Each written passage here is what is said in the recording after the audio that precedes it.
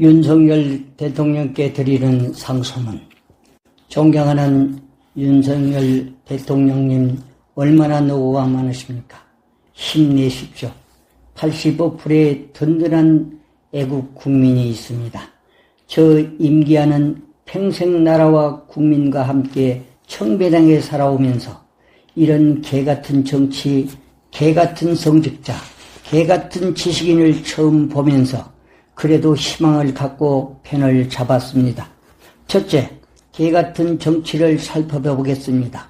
저는 한국방송통신대학을 다닐 때 국가의 은전을 받아 소련 모스크바 대학, 폴란드 바르샤바 대학, 서독 홈볼트 대학에서 공부를 하고 프랑스, 영국을 거쳐 민주화 공산주의를 공부했습니다. 그들의 정치 상황을 이해하면서 진정한 민의의 전당이 어떤 것이냐는 것을 알게 되면서 시급히 해결해야 할 것이 대한민국의 국회라는 것을 알고 방법을 찾고 있는 중에 이 글을 씁니다. 대한민국 국회의원의 특권이 186가지랍니다. 이놈들은 민의의 전당도 아니요 국민의 정복도 아니며 애족도 없는 제의 소굴입니다. 제의 소굴이란 뜻은 전과 사범을 비롯해서 담을 넘어 도둑질하는 자, 나를 팔아먹으려고 간첩질을 하는 자, 데모하다가 감옥살이하는 자, 행행색색 헤아릴 수 없는 도둑놈들이 민의의 전당 안에 가득히 쌓여 있습니다. 이런 개같은 놈들이 의원으로 있으니 국민이 패날 날이 있겠습니까? 모두가 국민들이 죄인입니다. 개같은 놈들을 뽑았으니 말입니다. 좀 더 자세히 말씀드리면 의료실, 미용, 헬스장은 의원 가족까지 무료 혜택을 받고 고성에 있는 국회의원 수련장도 배우자, 형제까지 무료 사용을 한다는 것입니다. 이런 놈들이 국민의 정복이라니 믿기지가 않습니다. 공과 사도 구별 못한 놈들이 어찌 국민의 정복이 될 수 있겠습니까? 이들은 국민의 정복이 아니라 국민의 제약입니다. 의원 1명 밑에 비서관을 포함해서 8, 9명의 직원이 있습니다. 유럽의 의원은 의원 4명 밑에 비서 1명이 업무를 처리하고 있으며 의원들은 도시락에 자전거로 매일 자신들의 구역을 돌면서 국민의 일을 돕고 매일 일지를 기록해 의원 열람실에 보관하여 국민들이 언제라도 볼 수 있게 한답니다. 이것이 진정 민의의 전당을 구현하는 기름을 알고 감동을 받았습니다. 우리 의원들은 국민의 정복은커녕 국민을 우려하는 악법의 결장이 되어 더 이상 국회의 존재 의무를 무색하게 하고 있습니다. 둘째, 개같은 성직자. 성직자는 만 국민의 존경의 대상이요 성스러운 삶의 표본이 되어야 할진데 북한 사회주의의 앞잡이는 말할 것도 없고 대통령이 국제 업무를 마치고 돌아오는 비행기가 땅에 떨어져 박살나게 해달라고 미사를 드렸다는 박주한 신부 같은 놈이 전국에 한두 명이 아니라 정의 구현 사재단 이놈들이 세상을 농락하고 있습니다. 이놈들을 몽땅 묶고 그놈들이 좋아하는 평양공약에 내치면 어떨런지요. 3억이란 뜻은 한마디로 국민을 위한 서비스입니다. 오늘날 세상이 타락한 것은 신부나 목사 그리고 스님이 시대적 정신을 망각하고 타락했기 때문입니다. 진정한 3억의 서비스는 옴니버스 옴니아입니다. 모든 일을 위해서 모든 것이 되어야 한다는 것입니다. 셋째, 개같은 지식인. 지식인이라면 적어도 참과 거짓은 구별할 줄 알아야 지식인이라고 할 수 있다고 생각됩니다. 하버드 대학을 나온 백과놈이나 서울대학 총장과 교수 그리고 학생들도 이와 같은 구별을 못한다면 과연 지식인이라 할 수 있겠습니까? 공산주의 나라 소련의 모스크바 대학 부총장이 90분 강의 중에 박정희 대통령은 육군 소장 때 혁명을 일으켜 중진국을 만들었다. 앞으로 세계 선진국을 만들 것이라고 말했습니다. 그래서 소련 장군들은 한국보다 몇 배 더 많지만 산에 서 있는 소나무와 같다면서 공산주의의 맹점을 신랄하게 비판할 때 나는 우렁찬 박수를 보냈고 다른 학생들도 함께 따라 박수를 친 것입니다. 나라가 잘못 가고 정치가 잘못 갈 때는 지식인이라면 힘을 합쳐 나라가 바로 가고 정치가 바르게 갈 수 있도록 행동으로 보여줘야 하는데 먼 곳에서 지켜만 보는 지식인은 지식인이 아니고 협작권이나 다를 바 없다고 생각합니다. 저는 시인이며 81세 사회복지 노인 전공 박사 공부를 하고 있는 대학원생이며 국가공무원을 한 사람입니다. 1년 전 대통령 선거 때 얼마나 노심초사했는지 간이 콩할 만큼 작아졌답니다. 세상 천지 대한민국이 경제 50년, 민주 25년 만에 성공한 유일한 세계 첫 번째 위대한 나라인데 과연 전가 4번짜리가 대통령이 되겠다고 종횡무진하는 꼴을 보고 그가 당선되면 국민 모두는 한강에 빠져 물고기 밥이 되어야 된다는 마음으로 뛰었습니다. 역시나 하나님은 대한민국을 어렵게 여기셔서 윤석열 대통령을 뽑아주셨습니다. 취임식 날 비전에 공정과 상식이 통하는 세상, 자유와 민주가 꼽히는 세상이라는 말을 듣고 저는 내 눈이 밝아졌고 제 마음이 열렸답니다. 어찌 저뿐이겠습니까? 전교조 좌빨 민도청을 빼놓고 모든 국민이 제 마음과 같으리라 생각합니다. 그뿐만이 아니라 하늘도 놀래 태양무리가 춤을 추며 하라바라 하는 모습에 국민들은 하늘을 보며 한호의 메아리를 쳤습니다. 그만큼 한 사람의 지도자가 나라와 국민에 끼친 영향은 영원한 축복이 될 수도 있고 비참한 재앙이 될 수가 있다는 교훈을 우리 이웃 나라에서뿐만 아니라 바로 문재인 이놈 정책에서 똑똑히 공부를 했습니다. 윤석열 대통령은 취임식이 끝나 개각을 하면서 대통령의 담백에 기둥을 세우는 모습을 보고 시인은 탐복을 했습니다. 연일 나오는 언론과 매스컴 그리고 야당은 검찰공화국 운운하는데 저는 사실 구단의 천재적인 지혜라 흐뭇해했습니다. 5년간 문재인 이놈과 박원순 이놈이 전국에 심어놓는 이리떼들을 정리하려면 아무나 할 수가 없습니다. 철저한 지식을 쌓은 검사 기둥이 아니면 어렵다는 것을 대통령은 이미 갈바시고 기획했다는 것을 이해하면서 시인은 쌍수를 보냈습니다. 윤석열 대통령의 국정과 3대 원칙과 5대 핵심 과제를 실천함에 있어서 많은 시간이 소요되리라 믿습니다. 그러나 이를 행함에 있어서 두 가지의 역사를 참고하면 쉽게 풀릴 수가 있다고 생각합니다. 첫째, 대영 제국입니다. 1558년, 1603년 투더 왕조의 마지막 군주인 엘리자베스 1세가 대영 제국의 토대를 굳건히 세웠습니다.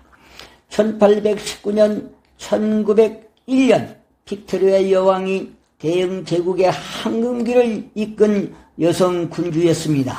중흥기를 세웠습니다. 1979년 마가렛 대처 수상, 1984년 경제성이 없는 탄광의 문을 닫으려 하자 노조 반발이 불법으로 번졌습니다.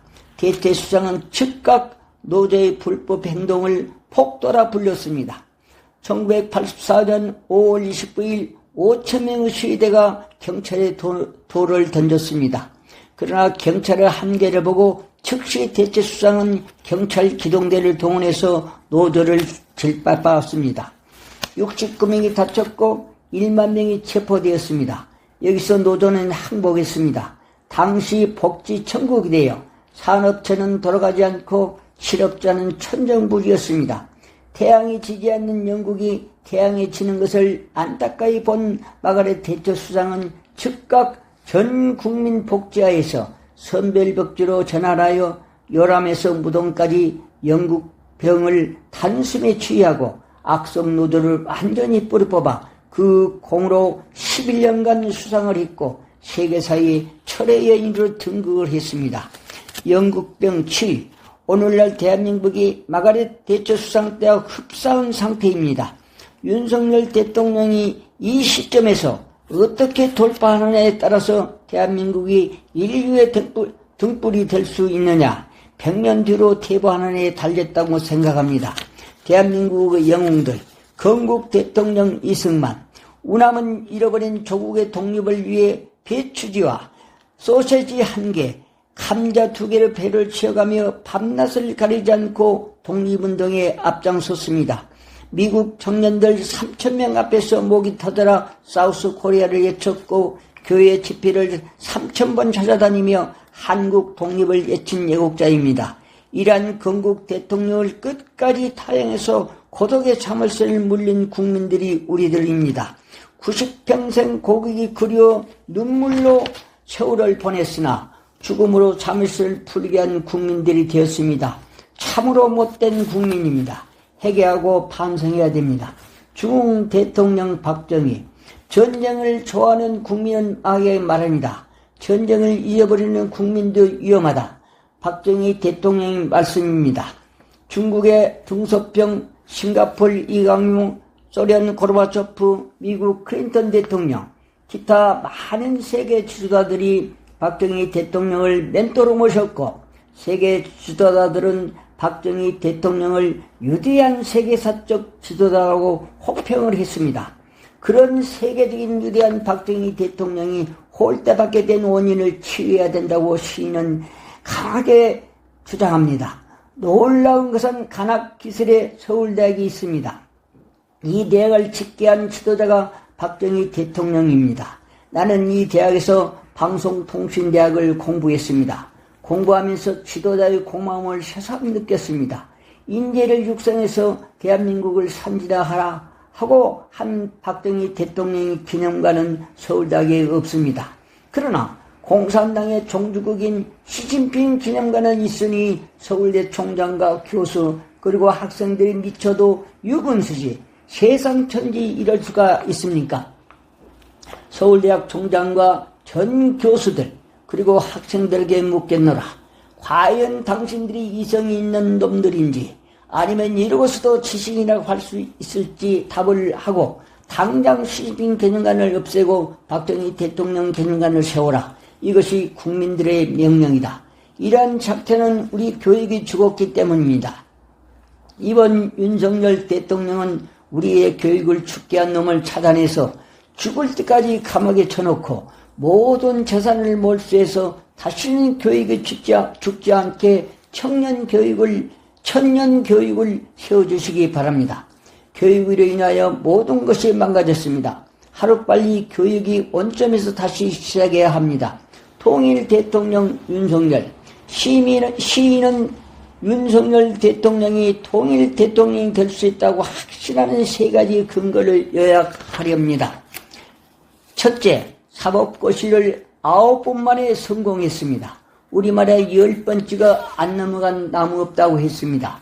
이만하면 고집이 10단이 넘습니다. 그래서 대한민국을 바로 세울 수 있다고 확신합니다. 둘째, 후삼국의 3강자를 살펴볼 필요가 있습니다. 궁예, 왕자 신분으로 아버지 없이 자라나 역경을 딛고 왕이 되었지만 의심이 많아 불신 때문에 간계 형성을 못해 간신법을 만들어 결국 부하들이 떠나고 아내와 아들까지 죽이고 최후를 맞이했습니다. 걔는 평민 출신으로 왕이 된 걸출한 사람입니다. 걔논한테는 술과 여자를 좋아한 아버지 아자개가 있습니다.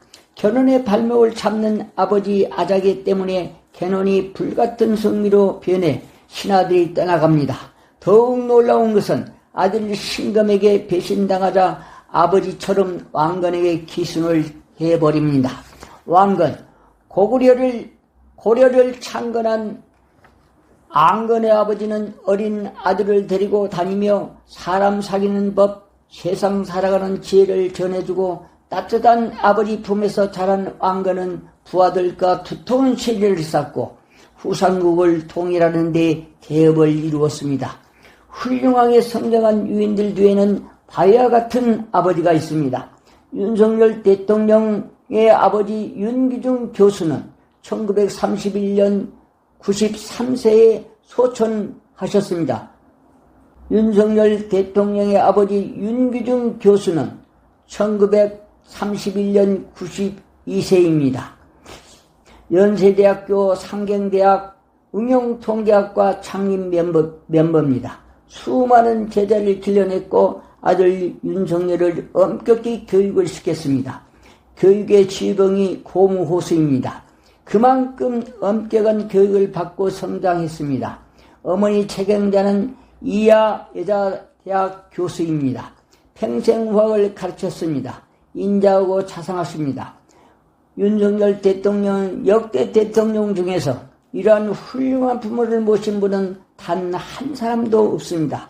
그래서 시인은 확신합니다.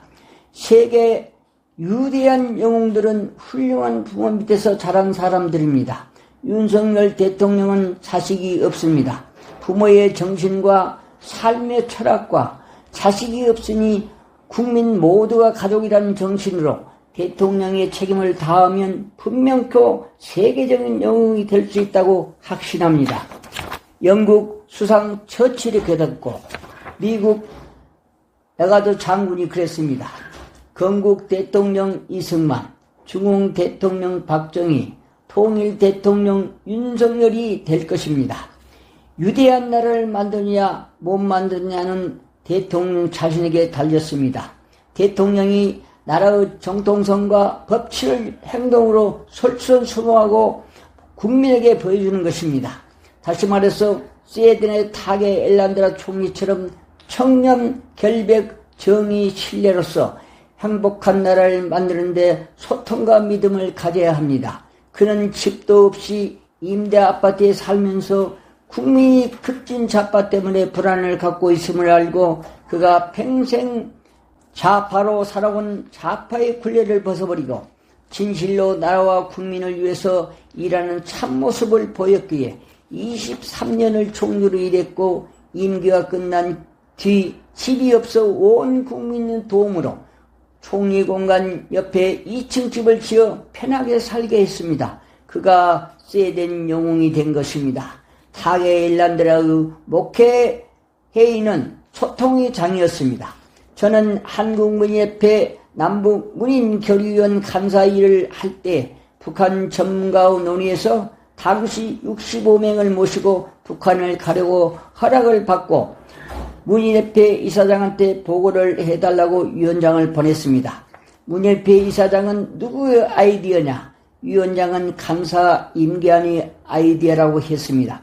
이유는 동독과 서독을 직접 보고 베를린 장벽을 보는 순간 느낀 결과입니다. 통일은 갈라진 동포가 서로 앙래하는 데서 길이 트인다는 진리를 깨달았기 때문입니다. 문인협회 이사장은 위원장한테 임원들이 먼저 북한을 갔다 오고 2차로 위원회가 가도록 해달라고 위원장한테 지시했습니다. 나는 이사장의 뜻에 따라 위원들에게는 다음 기회를 미뤘습니다. 문인협회 임원 50명을 모시고 북한을 방문해 동토의 땅을 봤습니다. 그들은 지금도 마을 입구에 총을 맨 구인들이 지키고 있으며 자유 없는 삶을 살고 있는 것을 보면서 동토의 아픔을 새삼 느꼈습니다. 전교조 좌빨 민노총 이자들은 자유와 민주를 예면하면서 자유 대한민국의 온갖 못된 짓을 하며 나라와 국민들을 불안하게 하는 이유가 과연 무엇인가 묻고 싶습니다. 정부는 강력한 법적 조치를 취해 북한을 좋아하는 놈들은 북한으로 퇴출하고 제3국을 희망한 놈은 제3국으로 퇴출하고 자신의 잘못을 반성한 사람은 소속 단체에서 해방시켜 조건 없이 훈방 조치해서 다시는 나쁜 활동을 못하게 해야 될 것입니다. 스웨덴 타게 엘란드레에 이어 바슬라프 하벨에 대해서 논하렵니다.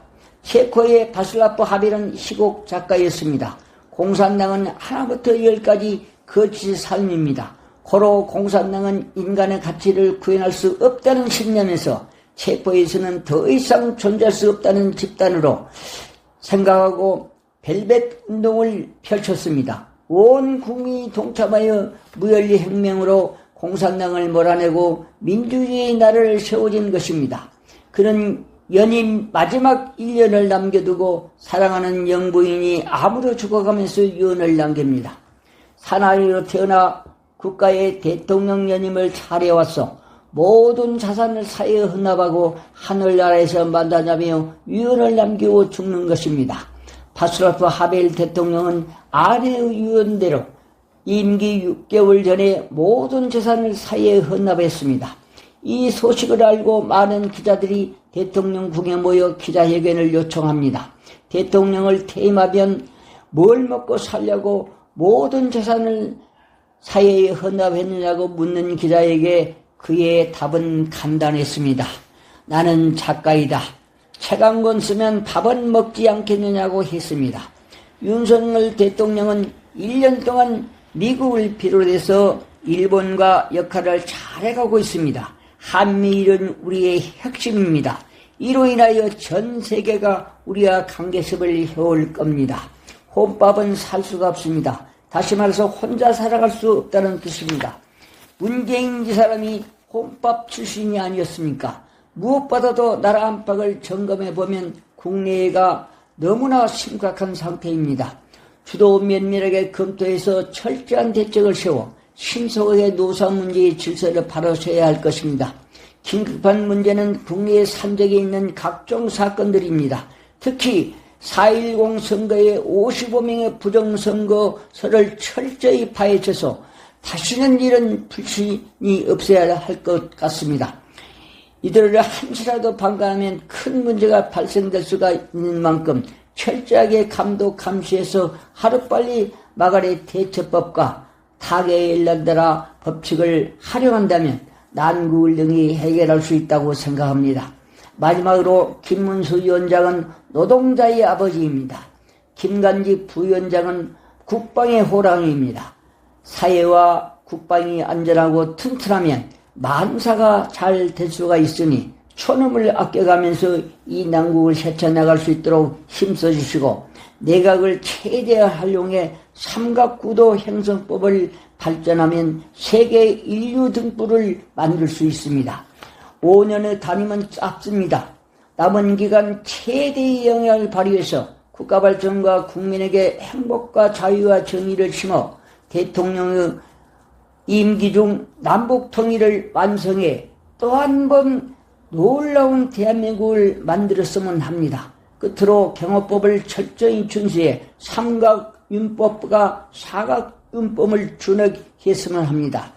이상 81세의 노시인이 윤석열 대통령께 상소문 올리는 글입니다. 감사합니다.